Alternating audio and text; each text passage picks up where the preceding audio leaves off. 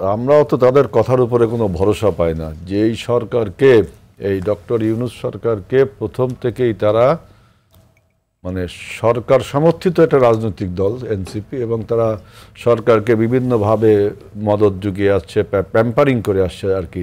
এই সরকারের 5 বছর থাকা উচিত, সংস্কার করা উচিত, এই সরকার ভালো করছে, কত কথা সরকারের পক্ষে। কিন্তু আমরা কিন্তু প্রথম থেকেই নির্বাচনের কথা বলে আসছি যে নির্বাচন প্রয়োজন গণতন্ত্রের সাথে। সরকার যখন সিদ্ধান্ত নিল যে নির্বাচনটাই প্রয়োজন, তখন আমি দেখলাম এনসিপি এবং অন্য হতাশ প্রকাশ করলো, আর বিএনপি সাধুবাদ জানালো। অর্থাৎ তাদেরও তো কথাবার্তা ঠিক নেই। সরকারকে এতদিন সাপোর্ট দিয়ে এখন সরকার যখন গণতন্ত্রের কথা বললো তখন তারা হতাশ। আর একটা হলো যে সংস্কার ছাড়া নির্বাচন হবে না, এইটা তো একটা মানে আপনার ইললজিক্যাল কথা। কারণ সংস্কার আমাদের আগে, আমি একটু বলি, সংস্কার আমাদের আগে কিন্তু কেউ চায়নি। আমরা সেই 2008 সাল থেকে 2012 সাল থেকে 2015 সাল থেকে টিল নাও আমরা সংস্কার চেয়ে যাচ্ছি। এবং মনে রাখবেন যে সংস্কার হবে, সেই সংস্কারগুলোর আপনার র্যাটিফাই করবে কে, অর্থাৎ আইনি ভিত্তিটা দিবে কে? সংসদ, তাই না? এবং সংসদের জন্য সেক্ষেত্রে তারা তো নিশ্চয়তা চায়। আচ্ছা আমি বলি, সংসদ, আমি ওটাও প্রশ্ন উত্তর দিচ্ছি, সংসদ র্যাটিফাই করবে, অর্থাৎ নির্বাচিত সরকার, নির্বাচিত সরকার, তাই না? সেই সরকারে আপনার বলা হচ্ছে পরবর্তী 2 বছরের মধ্যে এই যে জুলাই সনদের যে 12টা পয়েন্টে আমরা ঐক্যমত হয়েছি, যেগুলো নোট অফ ডিসেন্ট আছে, সেগুলো আমাদের নির্বাচনী ম্যানিফেস্টোয় থাকবে, এগুলো বলা হচ্ছে। আর তারা বিশ্বাস করছে না। একটা কথা বারবার বলে যে 3 জোটের রূপরেখা, আমি প্রচুর টেলিভিশনে বলেছি, 3 জোটের রূপরেখাটা আপনারা পুঙ্খানুপুঙ্খ পড়েন, টোটাল ওখানে কি ছিল, কোনটা মানা হয়নি। 3 জোটের রূপরেখায় সব কিছু মানা হয়েছে, শুধু বরঞ্চ আরো বেশি কাজ করা হয়েছে যে 3 জোটের রূপরেখায় ছিল না পার্লামেন্টারি ফর্ম অফ গভর্নমেন্ট, সেটা 3 জোটের রূপরেখায় আমরা সমস্ত রাজনৈতিক দল। তাহলে আপনি কি মনে করেন এনসিপি না বুঝেই বলছে? আপনি দেখেন 3 জোটের রূপরেখাটা পান, তখন তো আমি 90-এর গণঅভ্যুত্থানে একজন রাজপথের কর্মী। 3 জোটের রূপরেখায় ছিল তত্ত্বাবধায়ক সরকার, 3 জোটের রূপরেখায় ছিল মুক্তিযুদ্ধের চেতনা, 3 জোটের রূপরেখায় ছিল জেনারেল এরশাদ ক্ষমতা ত্যাগ করে ভাইস প্রেসিডেন্ট মওদুদকে দেবে, মওদুদ ক্ষমতা ত্যাগ করে বিচারপতি শাহাবুদ্দিনকে দিবে, শাহাবুদ্দিন সাহেব ক্ষমতায় যে নির্বাচনটা দিয়ে তিনি আবার তার স্বপদে ফিরে আসবে, অর্থাৎ বিচারপতি। আর ছিল রেডিও টেলিভিশনের স্বায়ত্তশাসন। রেডিও টেলিভিশনের স্বায়ত্তশাসন নিয়ে অনেক ডিবেট হতে পারে, এইটা আমি একমত। রেডিও টেলিভিশনের স্বায়ত্তশাসন নিয়ে অনেক ডিবেট হতে পারে, কিন্তু 3 জোটের রূপরেখা মানা গড়ে হরিবোল একটা কথা বলা হয়, এটা কিন্তু ঠিক না। বরং 3 জোটের রূপরেখা ছিল না, পার্লামেন্টারি ফর্ম অফ গভর্নমেন্ট, সেটা কিন্তু আসছে।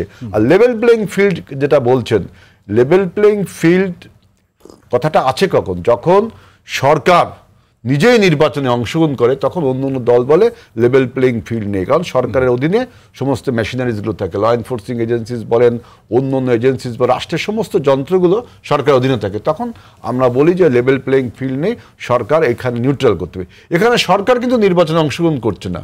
আর 24-এর গণঅভ্যুত্থানের একটা বিউটি হলো যে সমস্ত রাজনৈতিক দল যেভাবে গণঅভ্যুত্থানে অংশগ্রহণ করেছিল, এবার নির্বাচনকেও যদি উৎসবমুখর পরিবেশে সমস্ত রাজনৈতিক কর্মী এবং জনগণ নির্বাচনে থাকে, তাহলে আপনি কি মনে করেন যে সরকারের কোনো অর্গান, কোনো এজেন্সিস সে আপনার এই নির্বাচনকে ম্যানিপুলেট করবে এই যুগে? না, কিন্তু অভিযোগটা হলো যে বরঞ্চ বলা যায় যে এনসিপি লেড গভর্নমেন্ট, বরঞ্চ বলা যায় জামাত প্যাম্পার্ড গভর্নমেন্ট। বিএনপি বিপরীত অভিযোগও কিন্তু আছে। না, বিএনপি বিপরীত অভিযোগ হলো যে সর্বশেষ প্রধান উপদেষ্টা যে ফেব্রুয়ারিতে নির্বাচন হবে এটা যে ঘোষণা করলেন, বক্তব্য রাখলেন, এটা এনসিপির অনেক নেতা যে বক্তব্য রাখছে তার বিশ্লেষণ হলো আপনাদের পরামর্শে সেটাই কথা বলেছেন। আমরা তো ডিসেম্বরে চেয়েছিলাম, আমরা কি ফেব্রুয়ারিতে চেয়েছিলাম? ডিসেম্বরে হবে না, সেটা তো লন্ডন বৈঠকের পরে লন্ডন বৈঠক হয়ে গেল, যেটা ফেব্রুয়ারিতে জারি ছিল। জি, তখন ডক্টর ইউনূস সরকার বলেছিল যে রমজানের আগে আমরা নির্বাচন করতে পারি যদি সমস্ত সংস্কার কার্য শেষ হয়, মানে সংস্কারের জাতীয় ঐক্যমতটা হয়। তিনি একটা কন্ডিশন দিয়েছিল, কিন্তু তার মানে এই না যে আমরা ডিসেম্বরে, আমাদের প্রস্তাব কিন্তু ডিসেম্বরের মধ্যেই হতে হবে। যা ফেব্রুয়ারিতে ডক্টর ইউনূস বলেছে আমরা দেশ, রাষ্ট্র, জনগণের স্বার্থে। একটা জিনিস মনে রাখবেন, আজকে যে বয়ান জামাত ইসলাম এবং এনসিপি তুলছে, আপনারা কিন্তু গণ অভ্যুত্থানের চেতনার সাথে কিন্তু তামাশা, বেইনসাফি করছেন। কারণ গণ অভ্যুত্থানের চেতনা ছিল কি? একটি নির্বাচিত সরকার, একটি আপনার মানুষ যেন তার পছন্দের লোককে ভোট দিয়ে নির্বাচিত করতে পারে। সেই নির্বাচন যদি আপনি পিছিয়ে দেন, দেখেন আমাদের এই পরিবর্তনকে ভালোভাবে মেনে নিতে পারেনি। জি, হাসিনার আজিজুল উদ্দেশ্য ভাই। কি? হাসিনার উদ্দেশ্য দেশকে একটা আনস্টেবল করা।